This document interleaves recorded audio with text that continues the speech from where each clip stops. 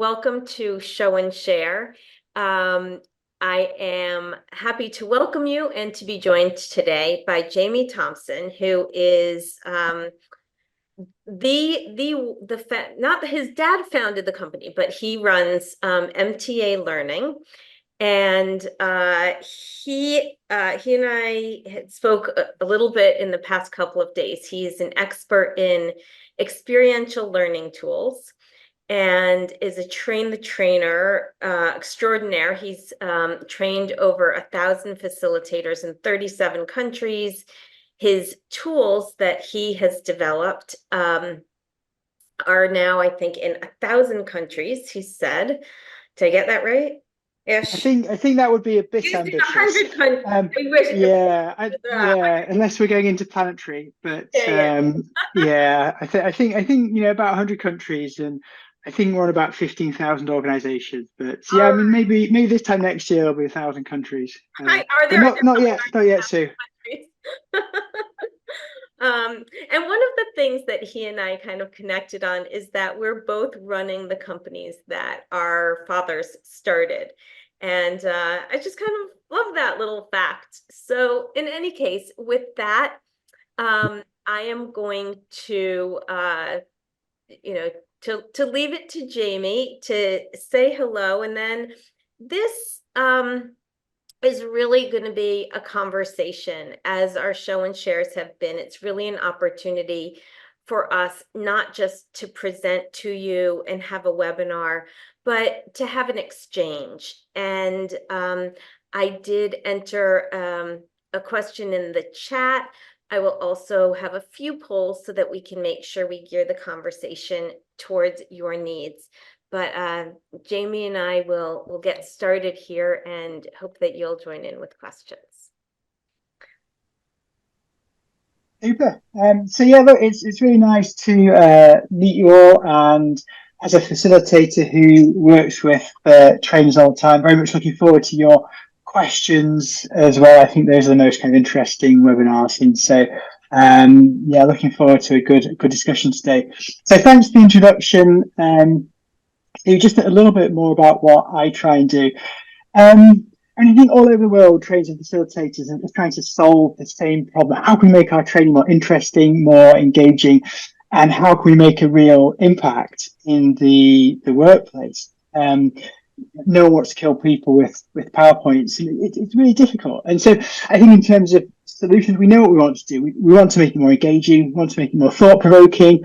We want to leave participants in a state of reflection and take personal responsibility, and then leave them compelled to take action. So we know this, but then there's a question of how do we do that? And that's where people get stuck. So they Google, they find experiential learning, and then they find the marshmallow challenge. Great, yeah, I'll do that. And they do that. You know what? Participants get sticky fingers, and they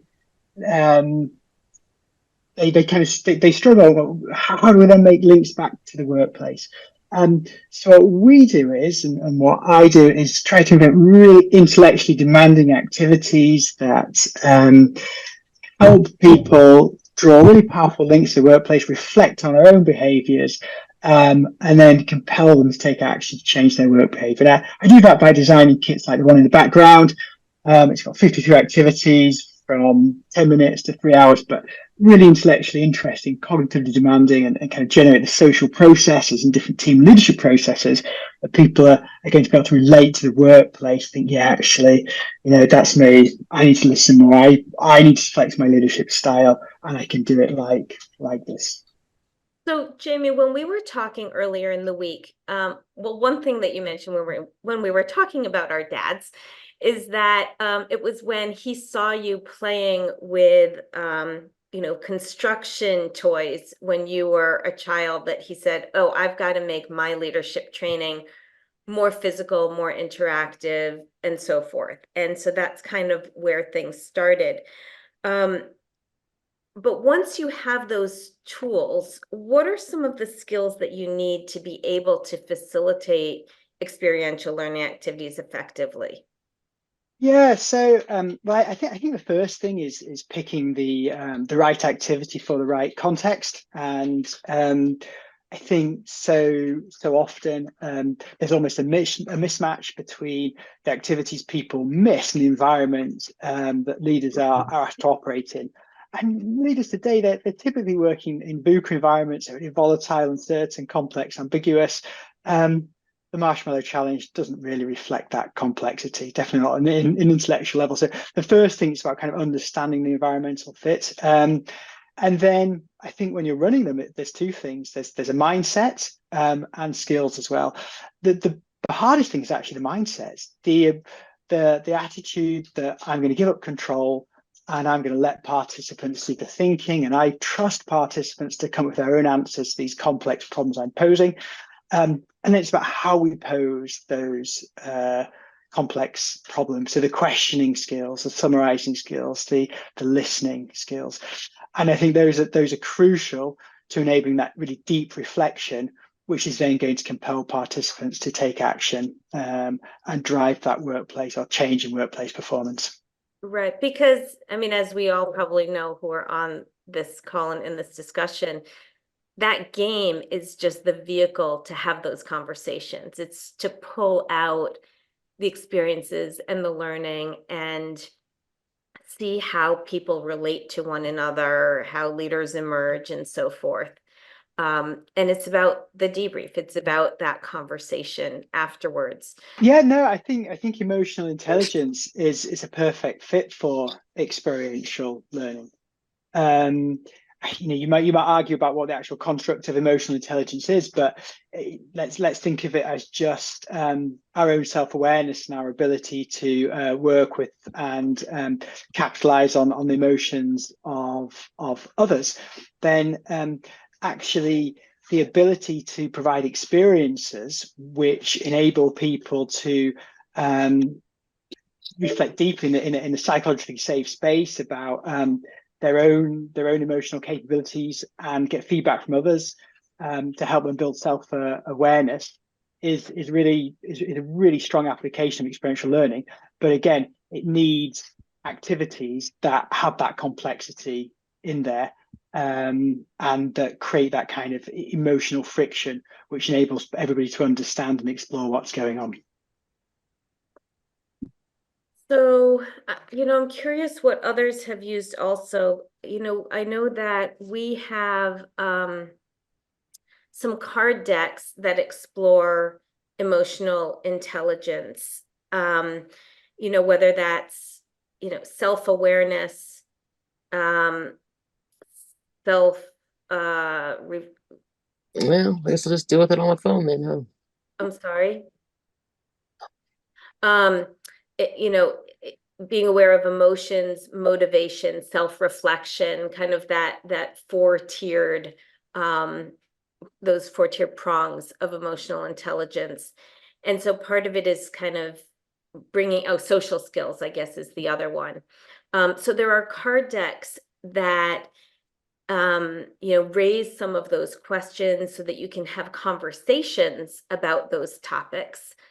Um, and there's also, I've seen a lot of card decks with like different emotions written on them. So, a range of feelings, whether it's, there's two spectrums. One is a positive or negative feeling, like how happy or sad, like that's really kind of basic. And also, the strength of the feeling. So whether it's a sort of a not that, like you're just sort of contemplative versus like feeling really strongly about that feeling.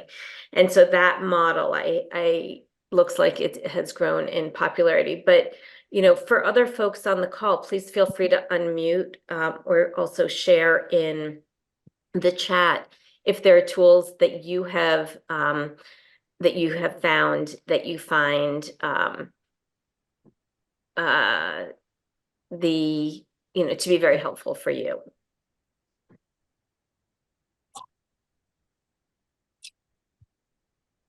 Anybody?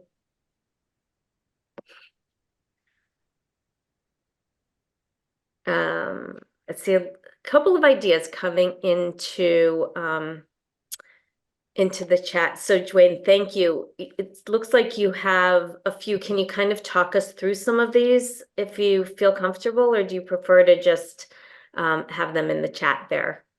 Yeah, I could just talk real quick. I'm actually I really didn't want to miss this, but I'm dealing with the flu. Oh dear, I'm so sorry. But one of the things that we found is that individuals don't have a lexicon for their emotional intelligence.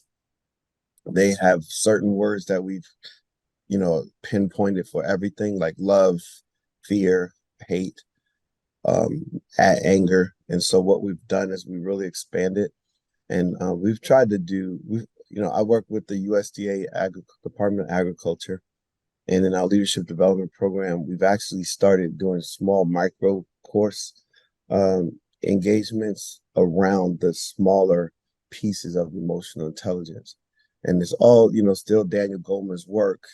And we've also reached out to a couple of other thought leaders regarding this, people that he's worked with at Harvard, with Harvard Business Review. So as far as activity, though, to make it experiential, we've done a number of things. We still seem to find that whenever we can have some type of um, case study, that has been the most useful tool that we've used. And of course, using the actual emotional wheel, so that we can see that there's such a breadth of different emotions that people can start using a better word system so that they can actually express themselves differently, if that makes sense. Is that emotional wheel, is that what we may have seen, that sort of that rainbow that has those different spectrums that I was talking about before? Of different words associated with it, that you can actually start drilling down from, like, okay, is it really anger or is it disappointment? And giving people a conversation around those terms. Because think about parents. Parents say, you made me so angry. Well, no, you're not angry. You're really disappointed that they didn't follow your rules, right? You really want them to learn more. So, having a better conversation. And now we can tell, like leaders, supervisors specifically, they can actually have better conversations with people around issues because they have a better, a higher level of words to use and choose from. We actually just put up on our website a new product, and Sarah will probably share the link, that has like, I don't remember how many cards it is. Is it 50 or 80, something like that? Cards of different emotions that help people see those, the nuances in those. But Rose asked, is there a place to find that wheel? Oh, thank you. For putting that online. Other suggestions before we move on, other suggestions about emotional intelligence, either from Jamie or from the group, questions to ask, ways to debrief.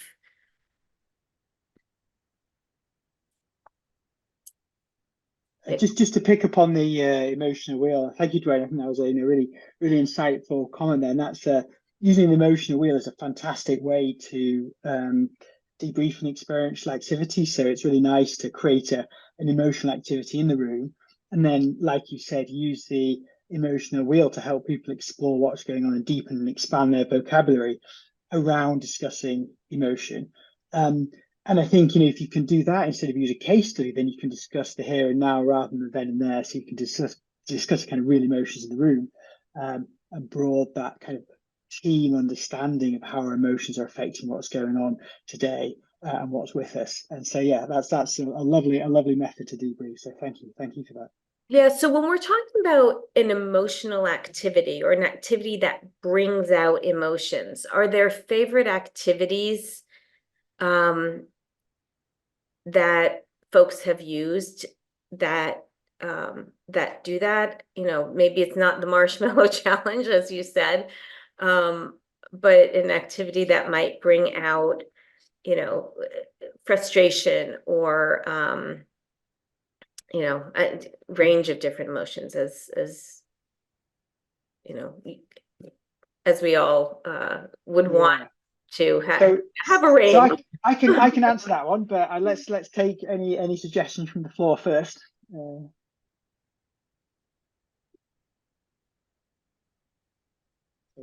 Looks like it might be up to me then. Okay, go for it. Yeah, so I think a really nice way to bring out emotions is to start to restrict the amount of communication in the room and the amount of verbal communication, restrict the amount of noise to bring the raw emotion to the fore. And so Sue, on your website you sell a kit called the MTA Team Kit. And in that kit, there's an activity called digital display, and it works really nicely with a team of about 15 people. And people have to stand in a circle, they have to stand around in silence, and they have an individual task to complete with big components in front of them. But they also have to be very aware of what other people need in the team, and other people might need some of the components that they have. And so it's quite easy to complete your own part of the puzzle. And because you can't communicate verbally, you have to be very aware of other people's emotions. So you can help them, support them by perhaps giving them components. And so what quickly happens is people get frustrated, they want to help but can't help, their needs aren't being met. And so the emotions come to the fore, and they're very visible because they're not masked by the kind of constant noise that we see in the workplace, the constant verbal communication that makes it very difficult. And after an activity like that, that's when we could use something like Dwayne's emotional wheel to start to debrief it and pull it apart. So it creates an experience that brings the emotions to the fore, and now we can start to unpick it and debrief it and understand it. And I think that can be really powerful in teams. Yeah, that's really interesting, Jamie, because I've seen a lot of games where where there's like the option to, okay, now try to do this blindfolded, or now I'm going to take away, some of the tools that you need to complete the task, or two teams have different sets of building materials, and they need one another's materials in order to complete the task. So you could turn that into conversations about collaboration, about, co-opetition, negotiation, or emotions. Like, how did that just feel to do that? Or being blindfolded. So it's interesting. I think that as folks look at a game, having that framework to think about, okay, how do I shift around the instructions a little bit to add this component is quite interesting to me. Yeah, absolutely, and that relates back to one of the things you're saying about the core skill, actually understanding it in real depth, the different processes that we're trying to get games to simulate is a core skill. So if we think about an activity like digital display, I can see you've posted a link there to the team kit, maybe the insights kit. It's the team kit you need to post, but it's that key emotion in that activity. You might say it's the ability to be vulnerable or to trust. If you ever do something about, for example, Patrick Lencioni, we know that's absolutely fundamental to effective team working. So how can we actually start to develop that basics of effective teamwork and help people really understand the importance of it, and see what happens when it's missing as well. Yeah, vulnerability and trust. So excellent. Thank you for all of those ideas on emotional intelligence. It looked like there was also some interest in talking about giving and receiving feedback, managing change, some other leadership skills. So we may want to talk about that. Oh, Rose, you have a question. I see that. Yeah, go ahead. Yeah, I do. I think we have to be mindful too. Some of the games suggested don't work for folks who have a disability. So it's like standing in a circle, the emotion wheel that I just Googled emotional wheel. It's so small printed, so while it may have a lot of emotions on there, you can't see it. So I wonder what is happening you know, all these things are great. I wonder how we can do some of this for the disabled. Would you could, like me to? Hey, sorry, I could have sorry, go. I used to work with individuals with disability, cognitive disability, for 7 years, and what we just do is we make sure we augment the training to make sure that it is visible for them. Sometimes we have to reverse the colors, and it's not a lot of colors. Colors are cool because we just use the colors, but it's not the colors that make the difference. It's the words on the color. And we use colors to kind of identify, like the closer you are to red is anger, the closer you are to the sun is joy. But that's really nothing that we have to stick to. So you can make it your own. The other thing is, yes, it's small when it's on your screen, but when you put it up on a big giant wall projected, it's one way to present it. Another thing is you can actually send it to have it changed over to a Braille user, and they can actually make it to where individual with disability, um, sight concerns would be able to see it that way as well.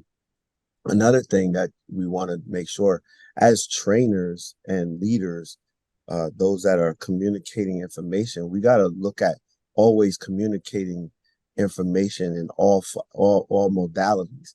We can't just do it in one way. So maybe it would be just verbally spoken where the person could hear it if they have auditory ability but not visual ability. And then kinesthetic, okay, maybe they have to get up and they touch something in order to make it real. So those are the things that we have to do the extra step. This is just information. And then we take the information and make it viable to those that we are training, that we're teaching, that we're trying to change behavior. And that way we can move forward. You know, there's a gentleman who wrote a book. I'm trying to think of the name, but he says all of us have a little bit of autism, right? There's something about every single human that there's something that, you know, we don't like, right? So we have to look at making think. Bill Stillman wrote, we all have a little bit of autism. And in that, he talked about this idea that his disability was invisible. People never really paid attention to what it was, but we had to make the learning environment conducive for him and his environment. So I think those are the things we need to do. When you ask the question, Ms. Rose, what can we do? Oops. Thank you. And, you know, note to us, to Trainers Warehouse, to put together some notes and some ideas for games that, you know, that don't require standing or you know, moving. It's an interesting kind of dichotomy or balance that we need to find, where in some ways we're looking for active movement experiences within our activities, and yet we do need to be mindful of those for whom movement is more difficult. So maybe we can pull together some ideas from the community to dig in a little bit deeper with recommendations for that. Other tools for giving and receiving feedback and for managing change. Let me also put this out to the group and to Jamie. It's interesting. We used to sell a product called case cards that had a whole bunch of cases for giving and receiving feedback, peer-to-peer, upward feedback, lower feedback, or downward feedback. And that's no longer on the market. So it's on my to-do list to develop a set of scenarios that people can use to do some role plays around that. But if you have, you know, specific topics or needs or other sources, you know, please share both with me and with the group.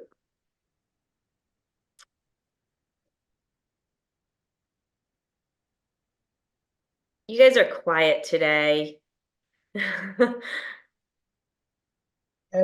something I've got a tool I can just quickly share, and it's called the I'll just find a link for it. It's called the Qualities Explorer, Okay, do you And want me to do a screen share, or do you want to just put it in well, yeah, no, I'll drop it into chat? chat. I'll just find it. And effectively, it's a tool we developed. And I think one of the big things about running effective experiential learning is sequencing activities in the right way. And so often people struggle to run experiential learning when the biggest actual challenge is running activities that are too difficult. So actually to sequence, I was just talking as to sequence activity in the right way is enormously helpful. So let's not try leadership before we've got the basics of team working right. So this tool here Hold on, let's does, pause there. That was really an important part. Don't start your leadership activities until you have your team building and your team skills in place. yeah, exactly. So, I've seen it go horribly wrong in organizations when people know all about leadership. So, and these are senior leaders. So we go into a really difficult leadership activity and it goes horribly wrong and people get defensive and they won't engage in any reflection. And the fundamental point is there's a big difference between understanding at a theoretical level about these topics and being able to discuss practically and having the skills and emotional intelligence to reflect. So it's really important when we do experiential learning and start at the very basics and get the buy-in and help people understand the journey and how to learn through experiential. This is a tool which enables you to kind of think about that journey and also has activities appropriate for each stage on that journey. All right. And while you're putting that link in, I wanted to mention a couple of other leadership tools. So I noticed early in the chat, someone was asking about leadership assessments, and there is a what's your leadership style assessment tool. It is on our website. There's a great facilitator guide. You can do the assessments either on paper or online. It is an HRDQ resource that we resell. They're a great company for tools for leadership and learning also. We have one of our thumb balls. I think a lot of folks are familiar with that product right now. There is a Be a Leader version of that product that has both reflective questions on it. So, what have you done in terms of, specific leadership skills, or, how have you made people feel proud of their work, things like that, reflecting on past leadership experiences and activities, as well as what would you do, or how could I improve in delegation, or in, some other, modeling, communicating, and so forth. So on that ball are 32 or 30 prompts for conversation. It's not an, it's more of a discussion tool than an experiential activity, but it may be one that you want to add to your repertoire. Sarah, are there any others that are coming to mind for you? I feel like there's also a managing change game that I'm not thinking of readily. But we can get that out as a follow-up to this conversation. So thank you, Jamie, for being with us today. And I want to just also tell the group again that Jamie's company, MTA Games, has really fabulous games. They are a little bit pricey, but the facilitation notes are amazing. They're so well thought out, and they are really, really worth the investment. So, I do hope that you'll have a look at them. They're very thoughtful. And anyway, just wanted to say thanks. And thanks again, Jamie, for being with us today. No problem at all. A pleasure to be here. All right. Thanks.